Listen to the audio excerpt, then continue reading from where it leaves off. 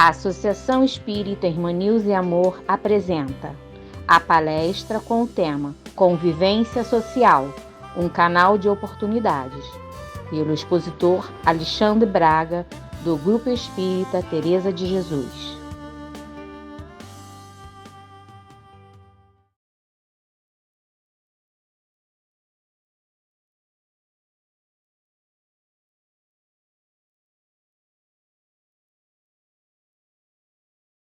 Olá, irmãos de Amigo Ideal Espírita, nós que nos encontramos mais uma vez nessa plataforma aqui para atendermos ao grande objetivo da caridade cristã espírita, que é a divulgação da nossa querida e amada doutrina, a doutrina espírita, a doutrina do Consolador.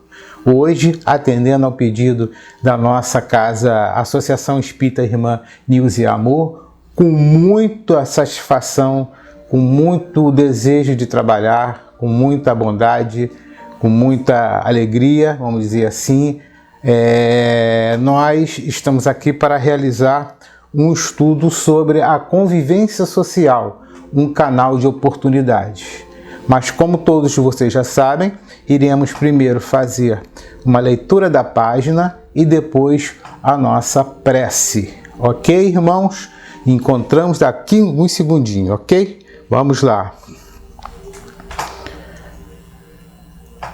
Amado Jesus, nós que nos encontramos aqui mais uma vez, fazemos a nossa ligação mental ao seu coração bondoso e misericordioso, no intuito de abençoar as nossas vidas, abençoar as nossas oportunidades, abençoar as nossas lutas, inspirar a nossa mente, o nosso coração para o propósito do bem, para o propósito da nossa transformação espiritual, da nossa transformação pessoal em verdadeiros homens de bem.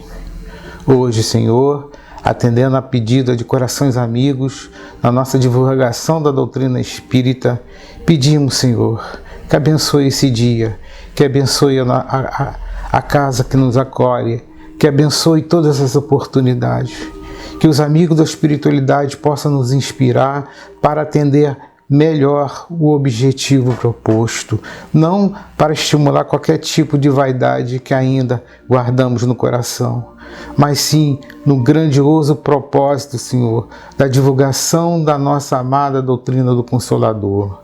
Esperamos, Senhor, que todos que estejam aqui assistindo esse vídeo, essas palavras desse irmão ainda que está em luta, que também tem enorme dificuldade, que sente os desafios da vida, mas está disposto a ter o norte da vida do bem e o foco em Jesus. Jesus, nosso amado, abençoe a nossa vida, abençoe a nossa caminhada, abençoe o nosso trilho e abençoe a todos os corações que estão aqui ouvindo e vendo essa palestra, Senhor. Que todos sejam, de alguma forma, consolados, envolvidos e que possam entender um pouco das informações trazidas do mundo espiritual até nós, para que nós possamos, a cada dia, sermos moralmente um espírito melhor do que fomos antes. Obrigado, Senhor, que assim seja. Livro Caminho, Verdade e Vida, de Chico Xavier pelo Espírito Emmanuel, capítulo 95. O amigo oculto. Mas os olhos deles estavam como que fechados, para que o não conhecessem. Está em Lucas, capítulo 24, versículo 16. Os discípulos, a caminho de Emaús, comentavam amargurados os acontecimentos terríveis do Calvário. Permaneciam sob a tormenta da angústia. A dúvida penetrava-lhes a alma, levando-os ao abatimento, à negação. Um homem desconhecido, porém, alcançou-os na estrada. Oferecia o aspecto de mísero peregrino. Sem identificar-se, esclareceu as verdades da Escritura, exaltou a cruz e o sofrimento. Ambos os companheiros, que se haviam emaranhado no cipoal de contradições ingratas, experimentaram agradável bem-estar, ouvindo a argumentação confortadora. Somente ao termo da viagem, em se sentindo fortalecidos no tépido ambiente da hospedaria, perceberam que o desconhecido era o mestre. Ainda existem aprendizes na estrada simbólica de Emaús todos os dias. Atingem o Evangelho e espantam-se em face dos sacrifícios necessários à eterna iluminação espiritual. Não entendem o ambiente divino da cruz e procuram paisagens mentais distantes. Entretanto, chega sempre um desconhecido que caminha ao lado dos que vacilam e fogem. Tem a forma de um viandante incompreendido, de um companheiro inesperado, de um velho generoso, de uma criança tímida. Sua voz é diferente das outras, seus esclarecimentos mais firmes, seus apelos mais doces. Quem partilha por um momento do banquete da cruz, jamais poderá olvidá-la. Muitas vezes partirá mundo afora, demorando-se nos trilhos escuros. No entanto, minuto virá em que Jesus, de maneira imprevista, busca esses viajores transviados e não os desampara enquanto não os contempla, seguros e livres na hospedaria da confiança. Bom, amigos, então, dando continuidade ao que nós estamos falando, o nosso tema é convivência social, um canal de oportunidades. Então, vamos parar para pensar muito direitinho nessa questão. Todo estudo aqui, vamos dizer assim, o centro desse estudo, ele foi baseado no livro Qual a Medida do Seu Amor, de Vanderlei Oliveira, do espírito Hermance Dufour. Um livro muito interessante, muito consolador e também muito assim, chama muito a nossa atenção para o nosso propósito de sermos seres transformadores da nossa própria vida e assim refletirmos na própria sociedade planetária do qual nós estamos momentaneamente matriculados nesse grande percurso de evolução que temos aí sem fim. Então vamos lá.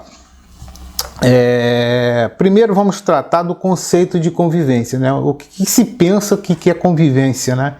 Então convivência é a ação de conviver, ou seja, viver em companhia de outro ou outros. Isso que é convivência. Então não existe a convivência isolada, solitária. Conviver tem que ser com uma outra pessoa ou com outras pessoas. E isso já chama a atenção para a questão das nossas relações sociais, não é verdade? De tudo que está envolvido. Vamos lá. Para isso, eu antes fui pesquisar no Livro dos Espíritos e no próprio Evangelho segundo o Espiritismo sobre essa questão, para que a gente não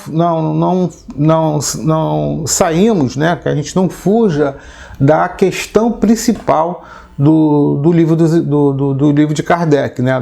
das informações básicas do Espiritismo, para que a gente não possa sair muito para outro caminho. Mas antes que eu trate da questão da necessidade da vida social, que está na Lei de Sociedade, da pergunta 766, vamos lembrar, até alguns espíritos tratam isso, falam isso em outras obras, como Emmanuel.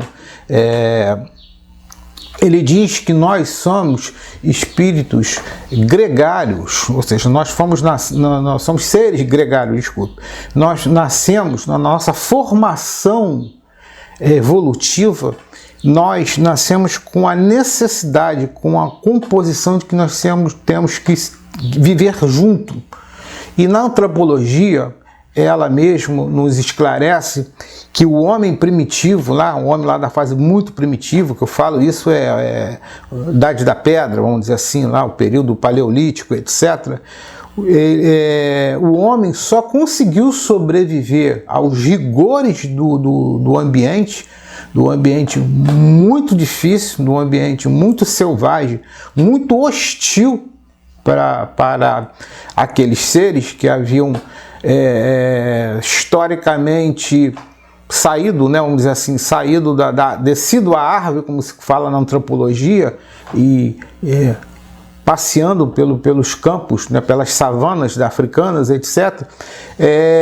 O homem só conseguiu sobreviver porque ele desenvolveu o senso de cooperação. Era um ajudando o outro, né?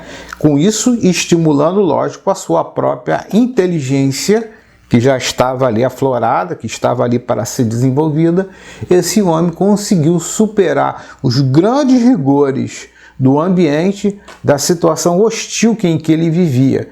Porque nós sabemos, nós somos animais que nós não dotamos de recursos de defensivo como determinados animais. A gente não tem a pele dura para evitar a mordida de a gente não tem no sangue a nossa composição de algum tipo de substância, de enzima ou coisa assim, que neutralize venenos. Nós não temos asas para voar, né? Nós não temos aquela habilidade de ficar, mergulhar na água, ficar dentro da água por muito tempo. Ou seja, nós não viemos com esses dispositivos naturais que muitos dos animais da natureza ou tem atendendo uma necessidade evolutiva pontual daquela faixa ali. E nós não. Deus, o que ele fez? Colocou a gente no sentido que, olha, dizendo assim na brincadeira, né? Ó, se vira, vocês vão ter que atuar em conjunto para sobreviver à espécie. E foi isso que nós fizemos e foi isso que deu a nossa grande vitória evolutiva. Para hoje sermos a espécie dominante no planeta. Se estamos fazendo coisa boa no planeta, isso é uma outra história. Mas que nós somos a espécie dominante no planeta, nós somos, ok? Então voltamos aqui à necessidade da vida social, do Livro dos Espíritos, na Lei de Sociedade. Na pergunta 766, Kardec pergunta o seguinte: a vida social está em a natureza? Ele quer dizer, ele está perguntando assim: viver em sociedade é uma questão natural, é uma questão normal, natural da gente? Isso que ele está perguntando aos espíritos. Aí os nossos espíritos, os nossos amigos espirituais sábios, né, essas entidades benevolentes que vieram a nos socorrer na formação do Consolador Prometido, eles responderam assim: certamente. Então, nós somos realmente seres sociais montados pela natureza. Nós não inventamos isso, ok, irmãos? Deus fez o homem para viver em sociedade. Repetindo, Deus fez o homem para viver em sociedade. Não lhe deu inutilmente a palavra e todas as outras faculdades necessárias à vida de relação. Ora, brilhante a resposta dos espíritos, simples, objetiva e abrangente, vamos dizer assim. Ora, se nós temos aqui a fala, né, a capacidade, a faculdade de falar, ela só serve para uma coisa. Ela só serve para comunicar com outro próximo da gente, com outro semelhante da gente, com a outra espécie da gente, o outro grupo, ou o outro indivíduo. Não é verdade? Senão a gente não teria fala, não teria necessidade de desenvolver a fala. E outras faculdades da nossa vida de relação aqui que ele fala brilhantemente, ok? Seguindo. Na pergunta 767, que é a pergunta seguinte, ele fala assim: é contrário à lei da natureza e o insulamento absoluto? Essa pergunta de Kardec foi muito bem, porque nós temos uma tendência meio atávica, né? uma tendência que na verdade está dentro do nosso egoísmo ainda, de que quando nós temos problemas, nós temos dificuldade, a gente, eu estou falando da gente assim no sentido genérico, tá, gente? Eu sei que não é todo mundo, mas nós temos assim, nós temos uma tendência, vamos falar, enquanto espécie, enquanto ser humano vivente aqui, matriculado aqui no ciclo reencarnatório do planeta Terra, nós temos uma tendência, quando tem um problema, da gente se isolar, se afastar do problema. E quando a gente identifica que o nosso meio social ele é problemático, ele nos traz sofrimento ou qualquer outra coisa, nós temos assim na mente uma fuga psicológica, se é que eu posso dizer dessa maneira, de a gente se insular, isolar, fugir, ficar no mato, numa ilha no deserto, na caverna, etc., e não ter contato com as pessoas, não ter contato com a sociedade, já que a sociedade, de alguma forma, ela iria gerar um perigo de vida ou um perigo emocional, sentimental, moral para essa pessoa. E aí Kardec faz essa questão, porque isso foi e é recorrente na história da humanidade. Quantos indivíduos não se isolaram para não ter contato com a sociedade? Até pequenos agrupamentos. Quantos? Com doutrinas, vamos dizer assim, doutrinas até de caráter religioso, defendeu essa tese, defendia essa questão, né? É como se para estar com Deus era preciso se isolar completamente do contato humano, porque o contato humano era pernicioso para a questão moral e espiritual desse indivíduo. Aí Kardec foi no cerne da questão, ele vai logo perguntar se isso é natural. Aí os espíritos dizem assim, sem dúvida, pois que por instinto os homens buscam a sociedade, e todos devem concorrer para o progresso, auxiliando-se mutuamente. Olha, então o que os espíritos estão nos dizendo? Estão nos dizendo que o isolamento absoluto, o isolamento, não é um isolamento temporário, não, para fazer uma reflexão, né, para fazer uma meditação, para fazer um determinado estudo. Todos que leram o livro Paulo Estevam, que eu digo para vocês assim, uma obra brilhante, super esclarecedora, principalmente para entender os tempos os primeiros tempos lá depois da mensagem de Jesus, na formação do próprio cristianismo, dizer assim, o Saulo, quando ele se transforma em Paulo, depois daquela questão do deserto, que ele caiu do cavalo e etc., ele foi atendido por Ananias e mais tarde ele vai se isolar num oásis, assim, vamos dizer, daqueles desertos, né, sozinho, e ele volta a praticar um ofício da família de tecelão, e ali ele tem os pergaminhos dos evangelhos, e ali ele fica 3 anos meditando, estudando, se preparando para que ele fosse enfrentar o mundo como o grande Paulo de Tarso, que hoje todos nós conhecemos, né? Que é uma figura importantíssima da formação do cristianismo e da própria divulgação do Evangelho de Jesus. Então, o que eu quero dizer é que ali foi uma coisa temporária, foi atender uma questão específica, de momento.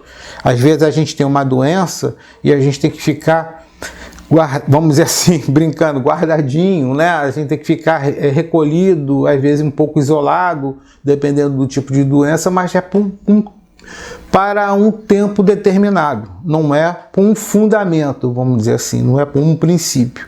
E aqui é justamente o que os Espíritos estão dizendo. Eles estão dizendo que nós fomos criados, sem dúvida, para viver em sociedade. E que a viver em sociedade, ela concorre com uma das leis mais poderosas que nós temos, que é a lei do progresso.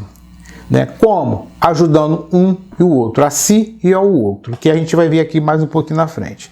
Aí a pergunta 768, que é a outra seguinte, ele faz o seguinte: procurando a sociedade, não fará o homem mais do que obedecer a um sentimento pessoal? Ou há nesse sentimento alguma providencial objetivo de ordem mais geral? Ele quer dizer o seguinte: é apenas atender uma questão do sentimento pessoal, procurar a sociedade, ou procurar a sociedade existe uma coisa muito maior que nós muitas vezes não percebemos. Eu diria para você que a grande humanidade não percebeu ainda.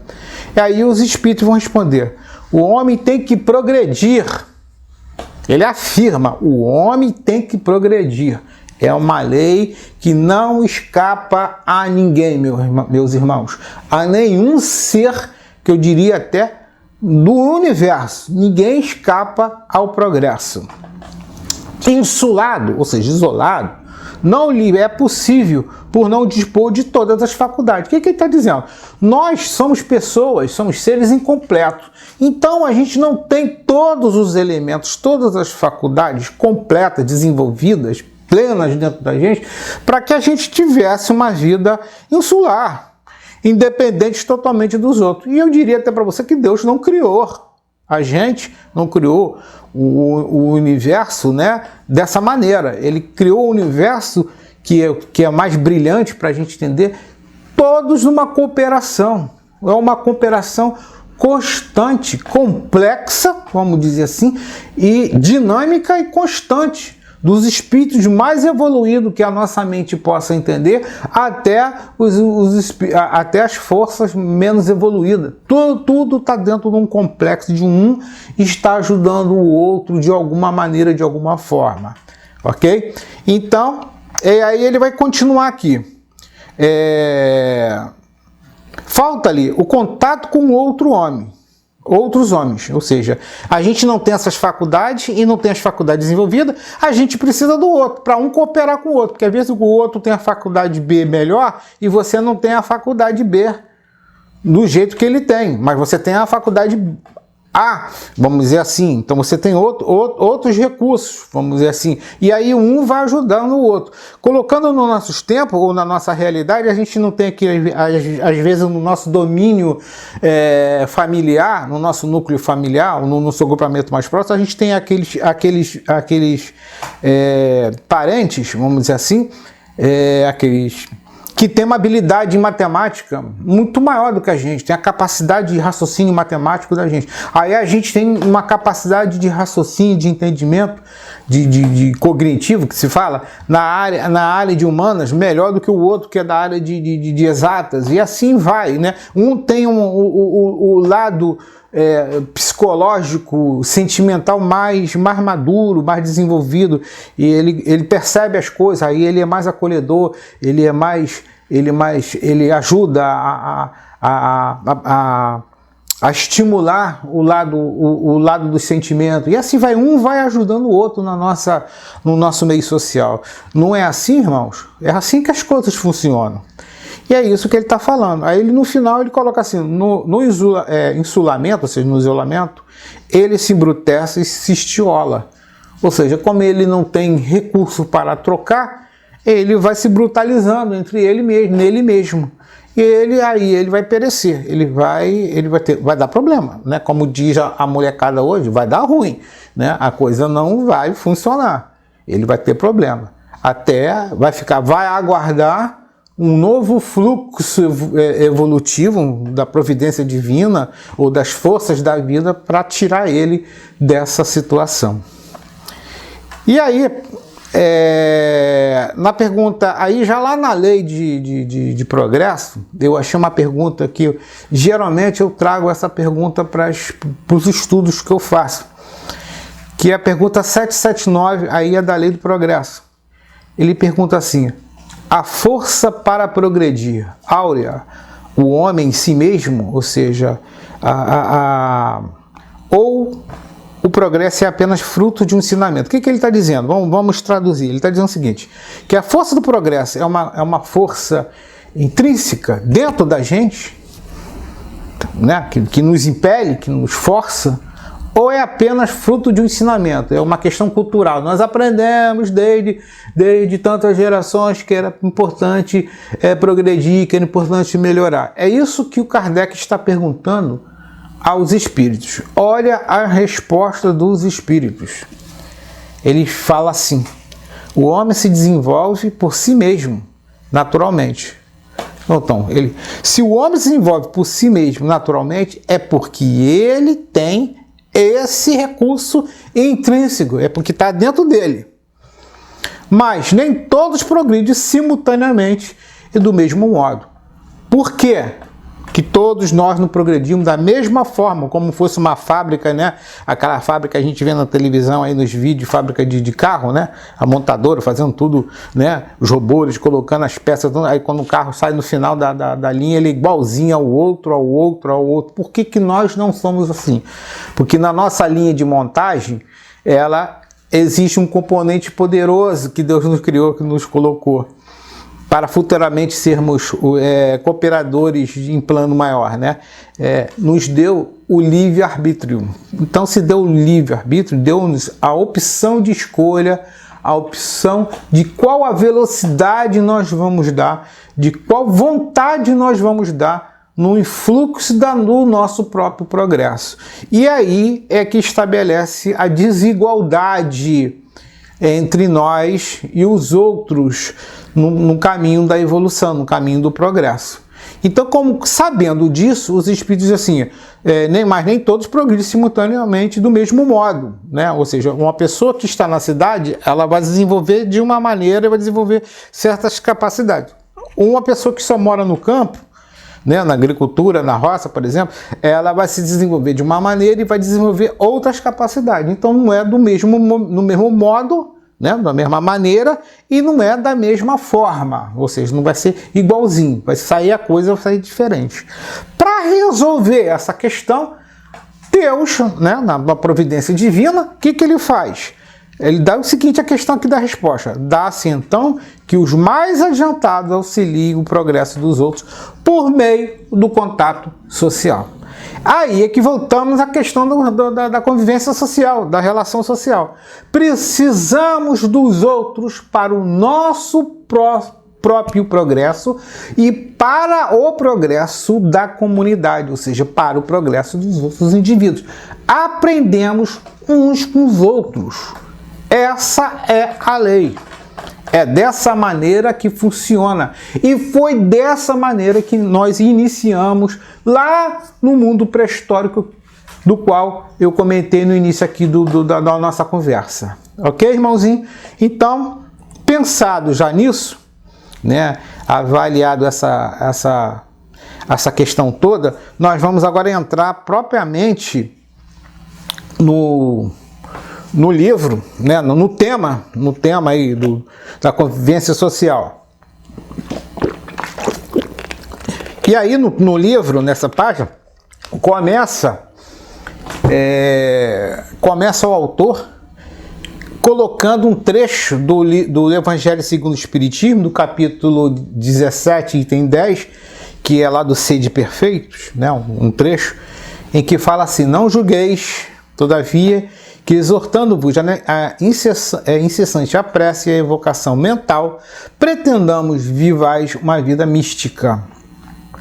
E que ele está dizendo? Está dizendo que quando há todo um apelo, né, vamos dizer assim, todo um apelo, toda uma proposta de ensinamento do Evangelho, da gente sempre ficar fazendo oração, a gente exortar a nossa capacidade mental para a ligação das esferas superiores, né, e do próprio Deus, do nosso próprio Criador. Então ele está dizendo, isso não é para que a gente tenha uma vida mística no sentido lá histórico mesmo, de a gente ficar se isolado, em meditação profunda, sem contato com o mundo, só querendo fazer relação mental com as forças superiores, etc. Não é isso, a proposta espírita não é essa, ela é bem clara, não é essa. E aí ele continua, que vos conserve fora das leis da sociedade onde estáis condenados a viver. Ou seja, essa não é a proposta espírita, tirar a gente da sociedade. Não é? Nós estamos vivendo tempos difíceis, nós estamos vivendo tempos muito difíceis. Ainda mais para quem é morador do Brasil e, em particular, do Rio de Janeiro, é um desafio constante da nossa vida social sob todos os aspectos, não é verdade? Quem mora no Rio de Janeiro que sabe do que eu estou falando. Não viveis com os homens da vossa época, como devem viver os homens. Não, desculpe, ele está dizendo, não é para a gente viver daquela maneira. Aí ele fala, viveis como os homens da vossa época, como devem viver os homens. Ou seja, nós temos que viver com os recursos que a nossa época coloca. A gente não pode viver como se viveu os homens do século XIX, século XVIII, século XV, lá para trás. Não tem mais sentido isso. Nós temos que viver como seres humanos encarnados no planeta Terra no século XXI. Se nós temos essa tecnologia do qual nós estamos aqui conversando, nos dispondo, nós temos que utilizar, nós temos que viver com ela. Entendeu? Se todos os elementos que toda aparelhagem, toda a informação, com todos os recursos dão para a gente, nós temos que usar deles. Se temos os recursos da ciência, nós temos que usar os recursos da ciência. É isso que ele está dizendo. Então nós temos que viver o nosso tempo. Só que tem uma observação, ele fala aqui: sacrificai as necessidades, mesmo as frivolidades do dia, mas sacrificai mais com sentimento de pureza que as possa santificar. O que ele está dizendo? Na nossa vida social, nós temos que viver o nosso tempo, o nosso mundo. Mas a gente tem que abandonar as questões de frivolidade, as questões que não tem nada a ver com a nossa formação espiritual, a nossa formação moral. Ele fala assim, vamos esquecer isso. E aí a gente usar do sacrifício na nossa vida, dos nossos sentimentos, para uma pureza espiritual. E é como Jesus, né, fala das passagens dele, né, viver o mundo sem pertencer ao mundo, né? Se aqui alguém não parou para pensar nessa mensagem, procure pesquisar essa mensagem, estudar essa mensagem e meditar sobre essa mensagem. Então Jesus nunca evocou para a gente a fuga da sociedade.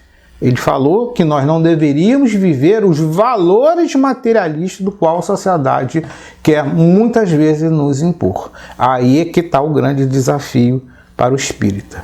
Tá? Mas daí entrando já no próprio livro, o espírito Hermance de Fus, ela coloca uma primeira questão seguinte: ela vai chamar toda essa relação social, todo o indivíduo dessa relação social como cidadania. Ela diz assim: cidadania é a prática da convivência social respaldada na cooperação e na cumplicidade.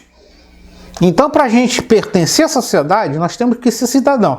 Mas para nós sermos esse cidadão do qual ela fala, dessa prática social, nós temos que ter o sentimento de cooperação na cumplicidade. Ou seja, nós temos que ajudar um ao outro e nós temos que ser responsáveis pelaquilo que nós estamos fazendo, que é a cumplicidade. Entendeu? Ou seja, tomar parte daquilo ali que está sendo feito. Sermos agente operante daquilo ali. Muito bonito dela, né? E aí, uma outra parte, a própria Hermance de Fus, ela vai falar assim: sob a ótica universal, a palavra sociedade tem seu conceito ampliado. Inicialmente, ela é um contexto cultural no qual o espírito renasce corporalmente. E nesse sentido é importante termos em mente o fato de que é impossível dissociar as sociedades intercontinentais e também a sociedade espiritual, pois elas são componente de um ecossistema universal. Nesse trecho da página, ela está dizendo o seguinte: da mesma forma que a nossa sociedade aqui, ela diz assim, o conceito da nossa sociedade tem que ser ampliado. A nossa sociedade não é só nosso meio familiar, nosso bairro, no caso nós espíritas, a nossa casa espírita, etc. Não, é mais. Ela é o nosso estado, do nosso estado, o nosso país, o Brasil, e aí vai o mundo. E quando ele vai falar até intercontinentais, dentro dos continentes. E hoje, então, com a questão da internet, né, tudo está tão próximo, tudo tão rápido, tão próximo.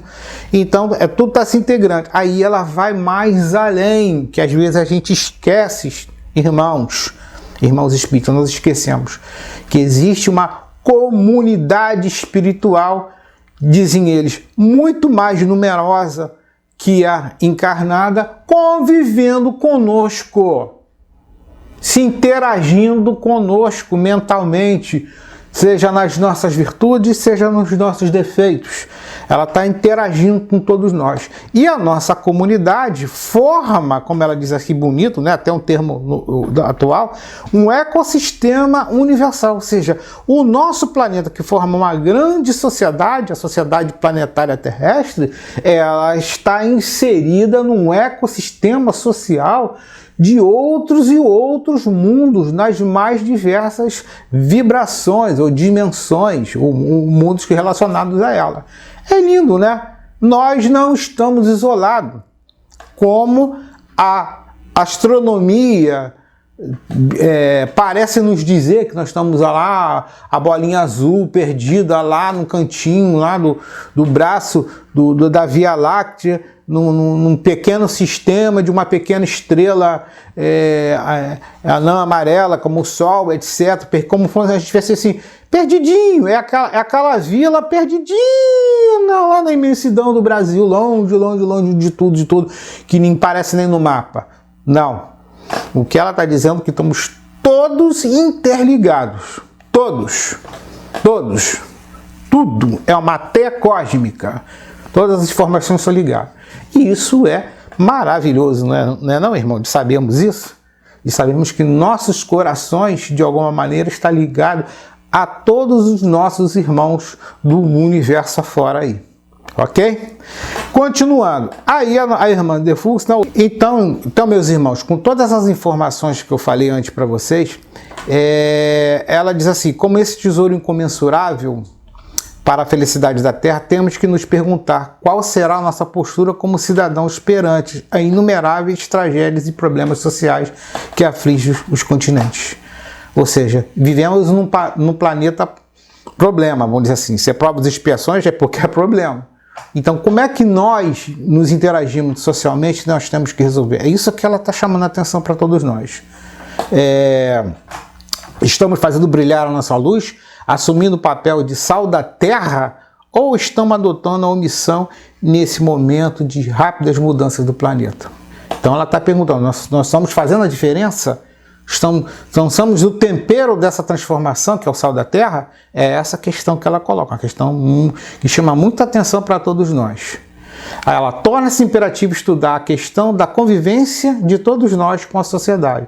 Observam-se, sem exagero, corações sofrendo por ausência de orientação espiritual, mas residindo ao lado de abençoadas agremiações de amor. Ou seja, nós temos pontos de amor, de espiritualização, mas nós estamos convivendo com uma sociedade que os nossos vizinhos são pessoas justamente perdidas nisso, não tem essa orientação. É isso que ela está dizendo aqui. O objetivo dos núcleos espiritualizados deve ser a de formação do homem de bem, por meio da participação consciente e responsável do progresso. Ou seja, o objetivo de existir centros espíritas, vamos falar do nosso particular espírita, né? É o quê? É criar uma oficina, um centro de trabalho, de elaboração, de formação de homens de bem, gente. Não é um lugar para a gente passar tempo, não é? Não é um lugar para a gente trocar ideias que não tem nada a ver, não é ali um lugar para a gente se isolar também socialmente. É um lugar que tem que ter os recursos para estimular a formação do homem de bem. E esse estímulo só pode ser vindo o quê, gente? Só pode vir da questão da educação moral. Só que a educação moral é que ela vai ter essa força para nos transformar, não é? E aí ela continua dizendo assim, não basta apenas o estudo informativo, é imperioso levar a essa cultura um nível de transformação efetiva, promocional, atingindo a condição de Instituto de Ética e Cidadania à luz do espírito imortal. Ou seja, tem que ser uma transformação afetiva, não pode ser um centro de falar cultura, né? a tal falar da cultura espírita, não pode ser uma coisa só de cultura espírita, uma coisa que está lá, né? Não está aqui. Nós temos que botar aqui para estar lá também, mas primeiro tem que estar aqui. E esse é o grande desafio nosso. Essa educação moral, mais do que transmitir conteúdos espíritas, tem como iniciativa inserir a instrução de projetos, preparando a criança, o jovem, o adulto, o idoso ao desenvolvimento de habilidades afetivas, produtivas, cognitivas e espirituais, pertinente à cosmovisão de vida que o Espiritismo nos proclama, integrando-nos a condições de seres universais proativos. Então, tá aí que ela está falando aí. É a questão da educação moral. O centro espírita tem que ter como objetivo a educação moral, a transformação dos seres. E aí ela encerra dizendo, precisamos aprender a florir onde fomos plantados. Né? Precisamos aprender a florir onde fomos plantados. Ou seja, estamos aqui na Terra e no alto estado de consciência espiritual de sermos a diferença, de fazermos a diferença para o bem de todos nós. através da atuação da nossa força nos nossos relacionamentos sociais. É por isso que Jesus sempre proclama a nós a questão do exemplo, né? O exemplo vai educar, vai influenciar a todos nós, ok? É com muito carinho, com muito amor, que eu agradeço a atenção de todos vocês.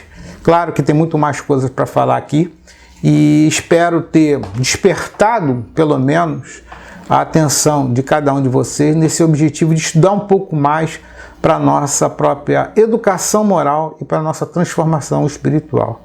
Ok, irmãos? Vou fazer aqui a nossa prece de encerramento e desde já desejo um beijo no coração para todos. Ok? Amado Jesus, queremos agradecer, Senhor, a sua presença espiritual, a sua força e nos ajudar aqui a realizar o nosso trabalho, o nosso estudo, em que fomos despertados para a consciência da educação moral nas nossas relações de convívio social. Que possamos, Senhor, ter a capacidade não só de olhar a nós mesmos, mas ver as nossas virtudes e multiplicar as nossas virtudes com os nossos irmãos mais próximos, principalmente os nossos irmãos que encontram com muita dificuldade diante do atual momento planetário em que vivemos. Distribuir esperança, distribuir, Senhor, o sentimento de que o bem sempre vencerá e que somos, no fundo, espíritos imortais. Não morreremos, Senhor, apenas deixaremos o nosso corpo físico e iremos mergulhar uma nova experiência evolutiva, até o momento que houver a necessidade de retornarmos aqui ao plano terrestre para dar continuidade ao nosso aprendizado e às nossas depurações morais. Gostaria, Senhor, de agradecer ao mundo espiritual, à casa que nos abrigou e a todos os irmãos que dispuseram o seu tempo para nos ouvir. Obrigado, que assim seja.